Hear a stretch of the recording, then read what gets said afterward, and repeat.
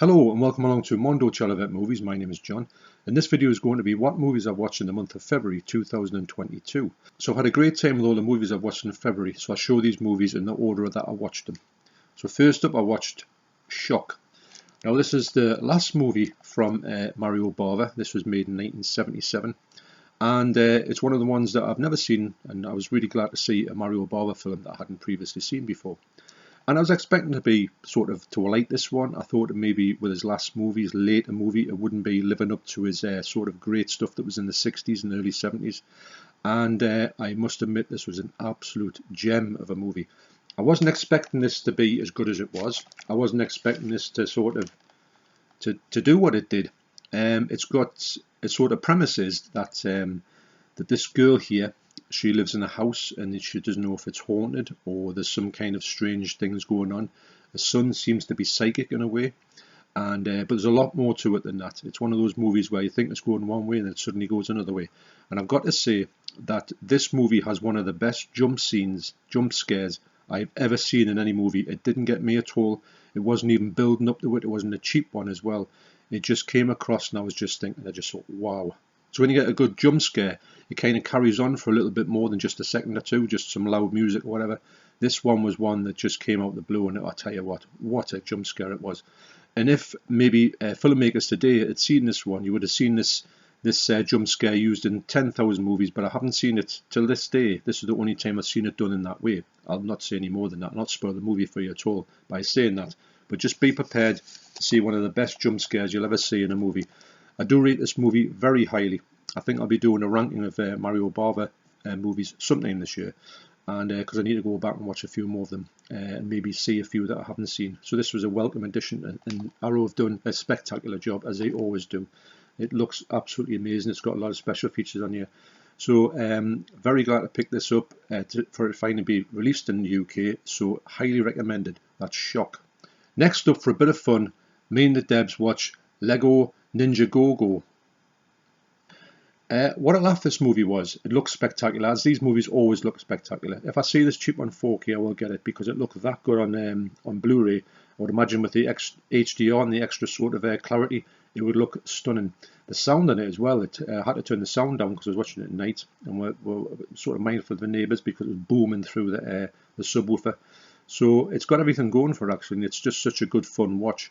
I think all of these movies, when they come out, they're just so entertaining on a lot of different levels. But this one was another one that and it had Jackie Chan as well, which I thought, what, Jackie Chan? So for me, yes, this is a really good fun watch. If you can get it cheap, I mean, if the kids like it, get it for the kids, and you can watch it as well. It's one of those movies that adults can watch as well. So that's the Lego Ninjago movie. Next up, I watched Cannibal Man. Now this is on this double bill movie, and it's from Anchor Bay in the US, and it is fully uncut. And I thought this movie would be one of those ones where you would get it because you want to collect all the video nasties, and it would be very one of the ones where you'd say, I'm not going to go watch that again. I've seen it, it was rubbish and all that type of thing, and it's, you know, it's not one I want to revisit. But I've got to admit, I had such a good time in this movie. A lot of people go and say it's not that good. Well, I feel to see how they say that, because for me, this movie is quite a funny movie as well. It's got some quite serious animal cruelty at the start. Well, I'm saying animal cruelty. It's filmed what it looks like a working slaughterhouse, but either way, it's not nice to watch. But that only happens for the opening scene. It happens right from the get-go, and I wasn't prepared for what I saw, but anyway, it happened. I think this man does actually work in a slaughterhouse, but he keeps sort of killing people by accident, and then it just snowballs after that, and it's just one after another, and he doesn't really want to do it, but he feels compelled to sort of hide the body before, and then he has to, someone else is going to find that body, so he has to kill them. It's just like I say, it's like a roller coaster. I think it's quite well done actually. A lot of people say it's just a really cheap exploitation movie, which it kind of is in a way. But for me, I don't know, I just had a really good time with it, and I think I will be upgrading this one to Blu-ray sometime down the line. I know there's a quite expensive Blu-ray from America. Unfortunately, I don't think it's worth £30, but I don't know if this will ever come out uncut in the UK, sorry. But if it did come out minus the animal cruelty, I mean, I've got it on here, not that I'm going to watch it. So I would get the sort of cut UK version if they just cut out the start, the animal cruelty in there, which is pretty. It doesn't need to be seen, if I'm honest. It doesn't really. They could have just said he works in a slaughterhouse, but anyway. So that's highly recommended. Actually, it's one of the better video nasties I've seen recently. That's Cannibal Man. Next up is a movie I had a great time with. It is Lady Street Fighter. Now, this one here is released by this great 101 Films AGFA line, and it is an amazing film. It's really bad, and it's very bad, but it's so bad it's not just bad, it's good. It's bad, it's amazing. This actress in here, Renee Harmon, she has got the best German accent you will ever hear, and I just get such a blast out of this movie. It had everything you would want. I mean, it's incredibly low budget. It's got the most awful music you'd ever get, and it's like a very cheap version of The Good, the Bad, and the Ugly, played on a keyboard, like a Casio VL tone or something like that. And wow, there's actually a bonus feature on here, which is return or revenge of the Lady Street Fighter. But basically what it is they just take the whole movie and just put it into a sequel where the Renee is talking 10 years later about this film, and it's a really stupid sequel. In fact, I don't even know why anybody could even make a sequel like that, but here it is. It's on here. But the movie looks like trash, but it's just such a great movie. You will have, but go in it with zero expectation, know that you're going to see some so bad it's good movie. I don't know how long these ones will stay in print or how long they'll be with a slipcover. They're £15 at the moment, which I think is more than worth it if you like this type of movie. But I could see these coming down in a sale quite quickly if they're still around. So that's Lady Street Fighter, highly recommended. Next up, me and the Debs watched Kickboxer Vengeance. This is from 2016. I picked this up in Poundland. £2, and it's been on the shelf forever, and I just picked it up and I said, look, do you want to watch this? Because Deborah likes Dave Bautista, so I said, well, why not? To be honest, when we put it on, we didn't know which way this was going. We haven't seen any of the Kickboxer movies, other ones, and if I have, it's been a long time ago. I've got no knowledge of them whatsoever. It does have Jean-Claude Van Damme in it, and he's in it quite. I thought he'd be in it for about 5 seconds, but he's in it for quite a bit, and he's quite fun in this movie as well. This movie has got some humour in it. It's got some great fights in it, and to be honest, by the end of the movie, we did end up quite liking it. There is a sequel to this one which we'll want to see. So for a cheap, fun, throwaway movie, it was quite good actually. So that's Kickboxer Vengeance. Next up, I watched the previously banned Delirium. This one here, I heard bad things about it. Everyone said it was one of the worst video nasties that was ever released. Even when I was watching the video nasties DVD compilation of it, Kim Newman was reviewing this, and he said it was awful. Nothing good about it apart from the fact that they play the theme from Mastermind in certain scenes in this movie. But personally, I think this movie was spectacular. It's another one of these movies. It's so bad it's good, but that's not trying to take any. It was trying to do something. It was a bit different, although there's some preposterous scenes in here. This hitchhiker, why she ever gets in the car with this bloke, and then when they go to where they're going after driving along, and this fella isn't talking to her, looking like a psychopath, she chases after him to a beach and then goes for a swim. What do you think's going to happen there? So yeah, so this movie actually it's quite gory. It's not too gory. There's not that much in it really that you would think, oh, that's definitely why it's banned. But it's such a fun watch, and the print on here isn't too bad. I would say it's like a good DVD quality. I just think that this film doesn't have the elements that they needed to have to make it into a spectacular release. If they did have it, then 88 would have done that. So this one is made in conjunction with Severin, so I'd imagine that they've got the best out of it that they could ever get out of it. And it does look pretty good, but it's such a romp. It's so fun. So you've got this fella here who's got the amazing real name of Baron Winchester. A fella who does not look like a Baron. If you saw him in real life, you wouldn't imagine he was called Baron Winchester. Wow. But yeah, I thoroughly enjoyed this movie. It's like I say, it's a low-budget, exploitational, trashy movie, but it's highly enjoyable if you go in with that mindset, which I did. So I thoroughly enjoyed it. That's Delirium. Staying with banned video nasties, next I watched Night of the Demon. Now this is a movie that I've always liked. When I saw it, first of all, I couldn't see much of it because it was so dark. I couldn't make out what it was. And when I got the Code Red DVD, it was still sort of very low budget-esque, and it was all right, and I enjoyed it more. but it wasn't until I saw this one, and it's sort of it's in its glory. Now, when I say glory, I mean glory of how it could look.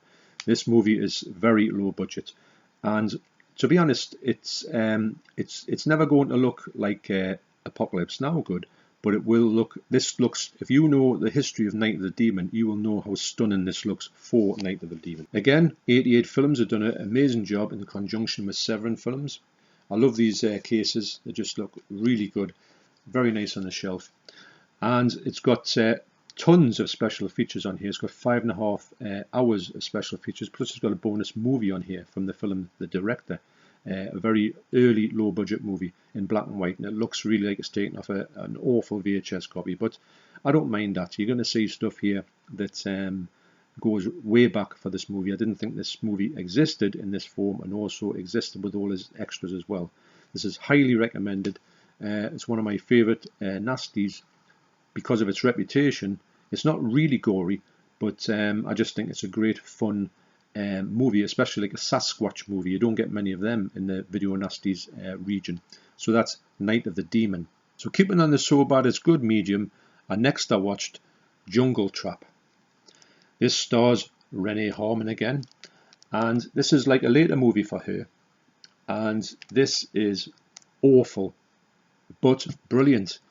I can't believe how low budget this movie is. This movie was shot, well, like they say, there's a jungle in here.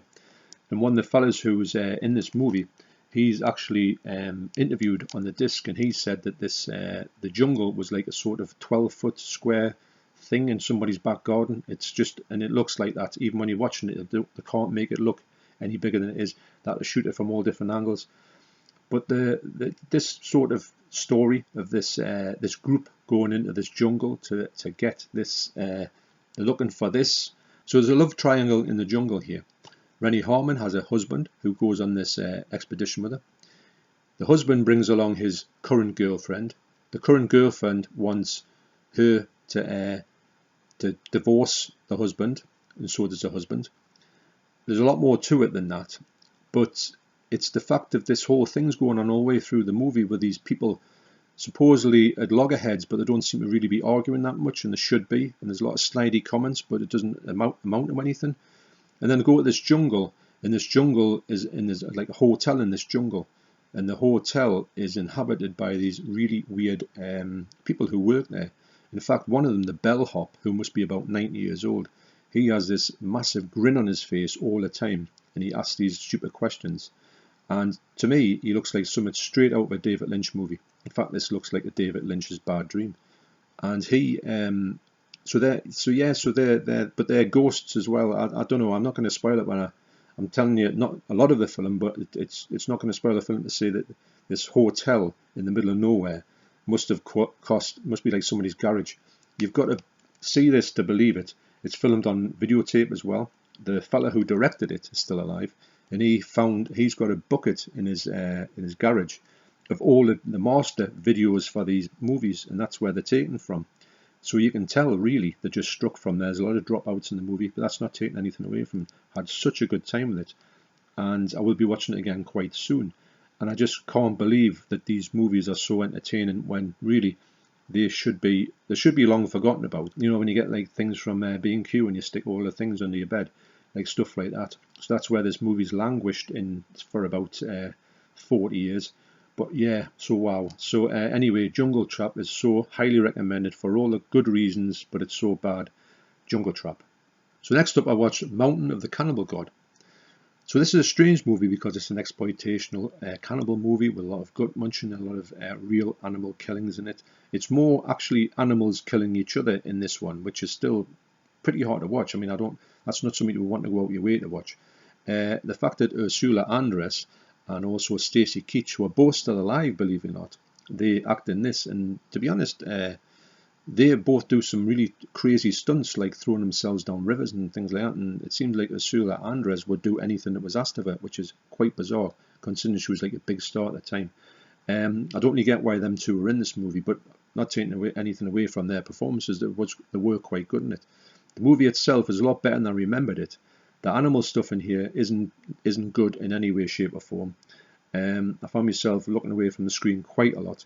This movie does feature the worst thing I've ever seen in any movie ever.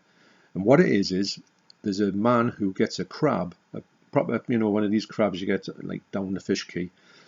Big thing, which I hate crabs. Crabs are me, the thing I hate most in the world. I think they're the most disgusting looking things that's ever been invented.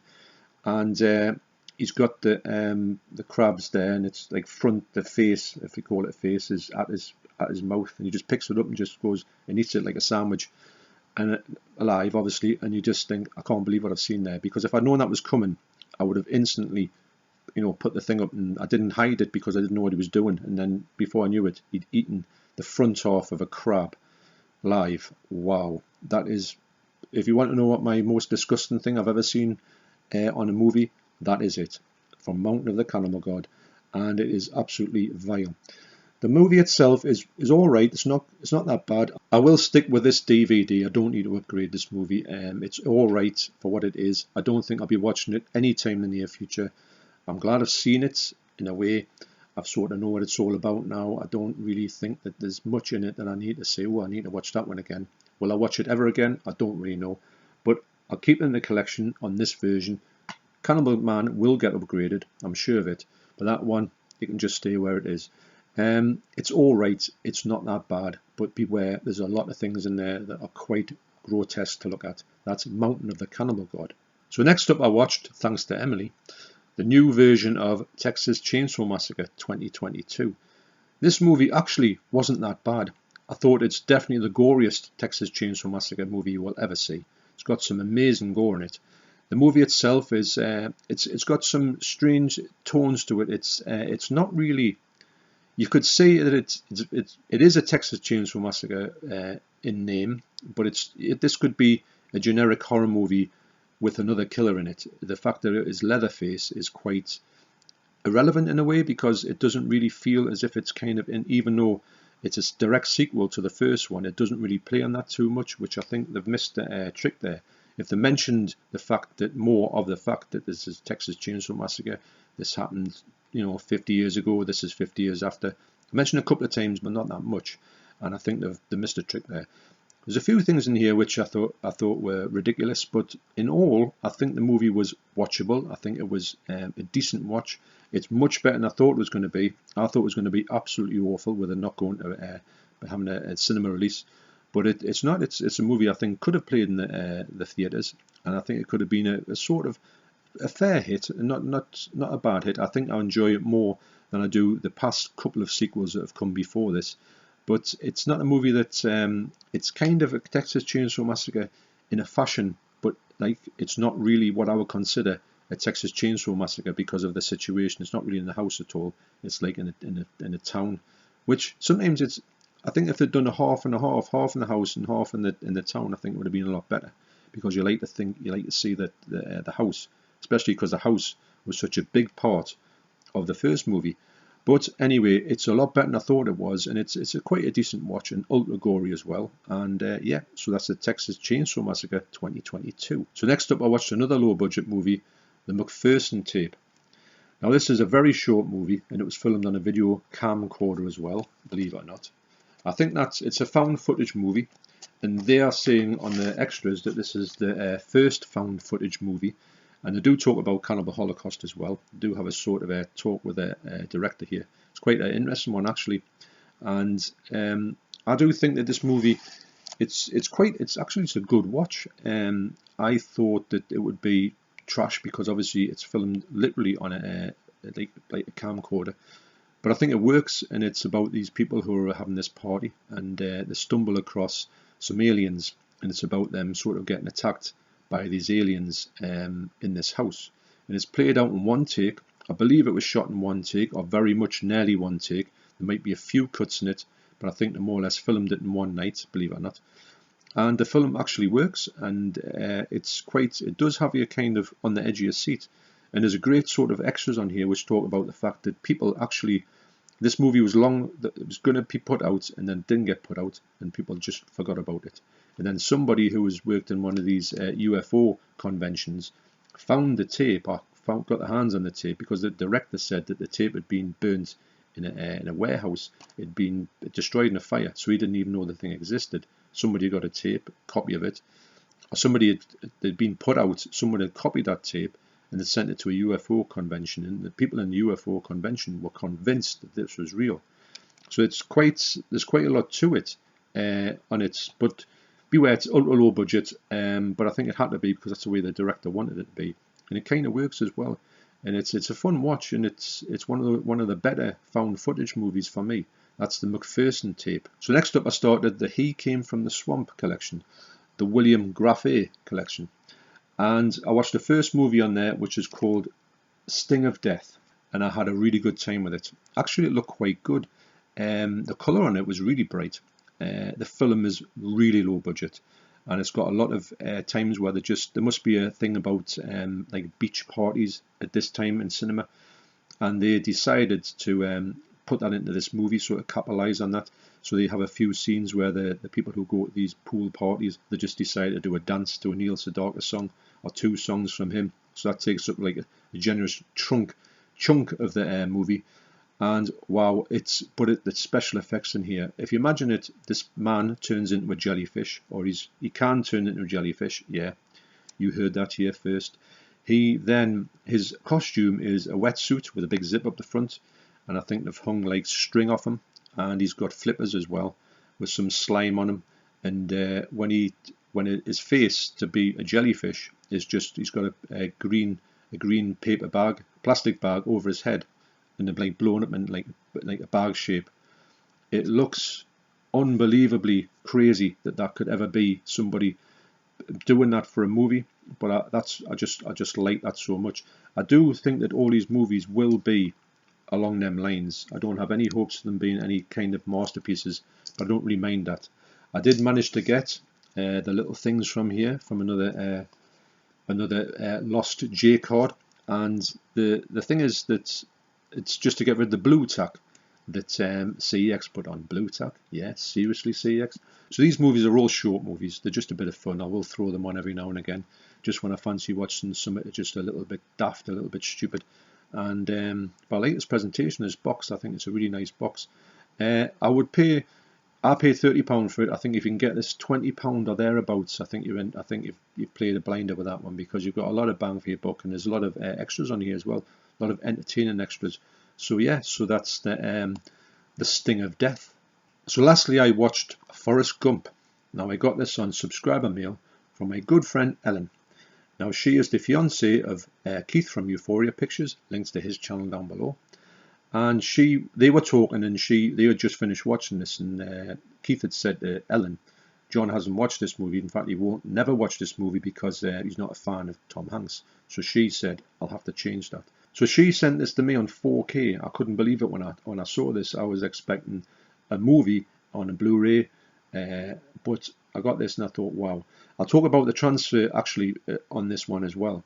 So anyway, firstly, I got the movie and I thought, right, I'm just going to put all my preconceptions to one side. I'm just going to go in and just see if I enjoy this movie. I just went in with no judgments and thought, right, put the movie on and just go with it and see what I thought of it. And the short answer is, I really enjoyed it, I've got to say. And I'm not just saying that because Ellen gave this to me. If I didn't like it, I would have said, and she was saying, you can say if you don't like it. It's not as if I had to like it, but I did really like it.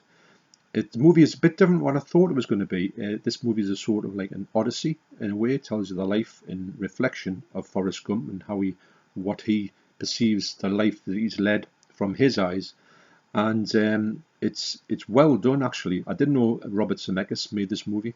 I've got to say as well that Gary Sinise, I think that's his name, or Sinise, he's in this movie. He plays a brilliant part. I'd like to say all the supporting actors, I didn't even know anybody was in this movie. Forrest Gump's love interest in this is another spectacular part played. So I can understand why this movie got all the accolades that it did. Winner of 6 Oscars, including Best Picture. Yeah, I can understand why that is. I do think that this movie is very emotional as well. There's a couple of times when I thought to myself, wow, I'm going to go with this, because it lays on your heartstrings a little bit heavy at times. And I do think that it was done in a great way. I don't know why. That's obviously from a book.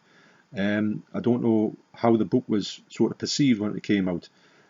But it is a good story. It's told in a really sort of strange way. The fact that they're putting this character in the forefront of all these things that happens in American history. He's there when certain things happen, or he plays a part in certain things as well, which is really clever actually. I like that. And the fact that Robert Zemeckis did it makes me think it's got that sort of Back to the Future thing with like history and time changing and stuff in a fashion. But I thought, to be honest, I thought I would have liked it. I'm not saying that I wouldn't have liked it. I thought I would have thought, at first going into it, I thought I would have liked it, but it would have been one of the ones where I've seen it, it's all right, it is what it is. But this, I've got to say, I've got to give it all its respect. I found it to be a really good, entertaining movie. So Ellen, I've got to say thank you for putting this movie in my direction. Without you, I would have never seen it. I would have put it to one side, or put it in my mind to say, I am never going to watch this movie, because there's a few movies like this I would have thought, not my cup of tea, I'm not going to visit it. I'm so glad I did. And the 4K on here, I've got to say, it's funny because when it's outside, it looks spectacular. But sometimes when they go inside and there's some dark scenes, it doesn't look that great. Now, I think they went and remastered this, and there is another version out on 4K that's remastered. Now, when you look at the sort of stars for this one, it's got like low on the picture. I think a bit too low, actually, because I think when it's outside, it looks absolutely brilliant. The sound in here is amazing as well. The soundtrack in here is one of the best soundtracks I've heard. It's got a lot of music by the Doors on. I'm a big fan of the Doors as well, so I was really impressed with that. But the dark scenes need to be lifted, I do think. Now, when it's got this remastered one, it's still got a little bit of a lower score on it, so it's better than this one. I would imagine the dark scenes would be better because, like I say, the ones in bright light look absolutely spectacular. So if everyone's thinking, is this going to be one to watch, I would say yes, because it's not, all of the movie's not dark. So for me, if all the movie was dark, then you would say there's a problem with this disc. I think personally that there's a lot of it outside, so it's got a lot of these scenes which look spectacular. So I would say that this is quite a good 4K to invest in. I would say you wouldn't be displeased with this one. But so yes, so the movie itself, I did have a really good time with it. And there was a few times where, like I say, it's an emotional movie at times, and I thought, oh, this has got me. So just want to say once again, thanks Ellen for giving me the chance to watch this movie and put that demon to bed when I thought, no, everything from a certain time when Tom Hanks I'm not going to watch. So will I be watching more Tom Hanks movies? Though I will watch a few. I'm not saying, there's a few that I think I could get away with. I don't think I'd watch other ones. I know I've seen like things like Da Vinci Code. I loved the book. I thought the film was awful, not because of Tom Hanks. I thought the pacing of the film was wrong. The book was like a sort of whirlwind, and the film was slow. That's why I didn't like that one. So, but I will be going and seeing. So Tom Hanks is not somebody I'd have off as soon as the Tom Hanks movie come out, like the new Elvis biopic. I would have thought I'm watching that because Tom Hanks is in it. But at this point, I will let anything go with Tom Hanks if I'm interested in the movie. So, thanks again, Ellen. I really do appreciate that. And if you haven't seen Forrest Gump, what's the matter with you? Okay, so thanks for watching. You take care, and I'll see you on the next video. Cheers.